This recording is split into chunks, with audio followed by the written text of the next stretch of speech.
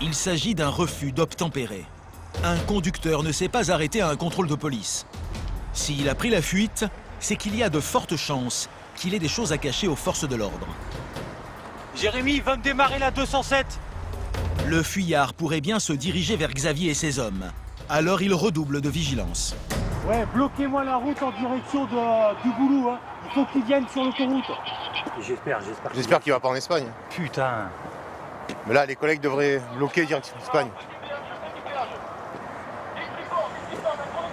Merde, tournez au distriport. Le distriport, c'est une petite zone industrielle, proche du péage, à seulement 3 km de là. Xavier et Sébastien décident d'aller prêter main forte à leurs collègues.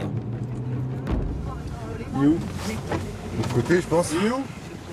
Au cas où il croiserait le fuyard sur la route, Xavier se saisit de l'arme la plus efficace pour les agents de la PAF, une herse portative, un outil qui permet de crever les pneus des automobilistes récalcitrants. J'ai été interpellé au distriport, Ouais, 55, on arrive.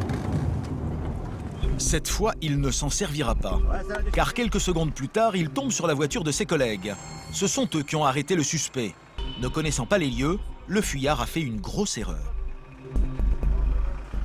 Il est stoppé par la herse, il s'arrête et il est bloqué. Terminé. Interpellation. Son interpellation a donné du fil à retordre aux policiers. Et vu les efforts du chauffeur pour leur échapper, il s'agit certainement d'un passeur de drogue. Vous avez de la drogue, des stupéfiants dans la voiture? C'est rien. L'homme refuse de coopérer. Alors les policiers décident de fouiller son véhicule. Rien dans le coffre, mais côté siège passager, Xavier a fait une découverte. Tiens, voilà. Qu'est-ce que vous venez de trouver, Xavier? Bon, ça, c'est de l'herbe de cannabis. Malgré cette première preuve accablante, le jeune homme va continuer de nier. Vous parlez bien français, monsieur? Je parle pas. Bon, de toute façon, vous êtes passé en garde à vue. On y va, tout de suite. 22h03. Il n'y a pas de problème. 96 heures de sup, il n'y a pas de problème. Je l'ai fait sur un pied. Il devient même provoquant. Le fuyard a beau être jeune, il pourrait ne pas en être à son premier délit. Au moins, on mange gratuit, on dort gratuit. Donc, je suis... Xavier apprendra quelques minutes plus tard qu'il a déjà été condamné par la justice pour trafic de stupéfiants. J'ai 18 piges seulement. Nick Zepiche, je dors sur 1 million, bon d'enculé.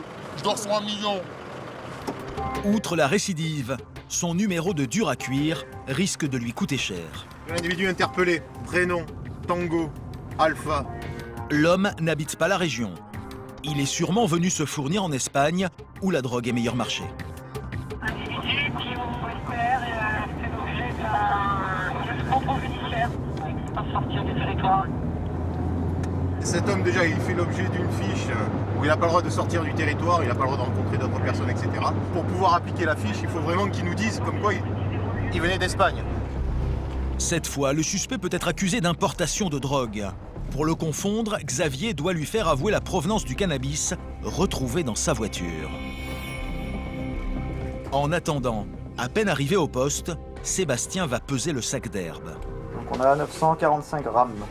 Presque 1 kilo, l'équivalent de 7 000 € à la revente. Dans la salle d'à côté, Xavier a déjà commencé l'audition du suspect. Vous n'êtes pas arrêté au contrôle des collègues parce que vous transportiez des stupes. On est bien d'accord? C'est-à-dire l'un est lié à l'autre. C'est ça? Ok. Contre toute attente, il se met à table. Xavier a sa technique pour obtenir des aveux complets. Avec beaucoup de douceur, il lui soutire les informations dont il a besoin. Où c'est que vous avez obtenu l'herbe de cannabis? Je suis parti à la Jonquera. L'homme s'est fourni dans la ville frontalière de la Jonquera. Mais il prétend que son premier objectif était les maisons closes qui sont nombreuses là-bas. Vous arrivez là-bas, vous payez, vous avez une chambre, vous payez par heure, et vous choisissez la meuf que vous voulez, et les plusieurs meufs. Je suis même pas parti pour penser à ça, moi. Ok. Xavier l'écoute, mais en réalité, il a maintenant un autre objectif. Savoir si l'homme avait l'intention de commercialiser la drogue. La marchandise a été destinée à qui? À vous, et ensuite, si vous pouviez la revendre, vous en tiriez bénéfice, ou il y avait déjà quelqu'un qui avait passé une commande? C'était juste si quelqu'un vous en demandait, vous en avez, vous lui aurez vendu, c'est ça? C'est ça. Ok. Sinon, c'est pour vous. En plus, ouais. Vous en fumez beaucoup, vous? Moi, je sais pas, moi. Le jeune vient de commettre une grosse erreur. Et Xavier va lui faire avouer que c'est un revendeur. Mais les 900 grammes, là, si vous n'en fumez pas, ils vous servent à quoi? À revendre un peu. Voilà, c'est tout. Moi, ce que je vous demande, c'est... C'est d'être honnête. À peu près. En gros, vous seriez fait combien de bénéfices? En vérité, 2000, 3000 euros. Pour échapper à la justice, le dealer minimise son trafic. Mais les stupéfiants contenus dans son sac lui auraient sans doute rapporté le double. Ce qui aggrave son cas, c'est que la transaction s'est déroulée en Espagne. Or, l'homme n'avait pas le droit de quitter la France. Pour lui, la sanction risque d'être sévère. Est-ce que vous connaissez un juge d'instruction à Mulhouse qui a dit que jusqu'au 6 juin 2016, vous n'aviez pas le droit de sortir du territoire national? Vous étiez au courant de ça ou pas? C'est quoi le plus logique? Qu'est-ce qu'ils vont me donner? Le refus d'obtempérer, c'est 3 mois de prison. Là, le trafic, si on retient un trafic, parce qu'on peut retenir que le fait de transporter et de détenir, d'accord? Même si vous l'avez acquis, etc. Et bon, vu la quantité, ben, vous risquez 10 ans de NIOF.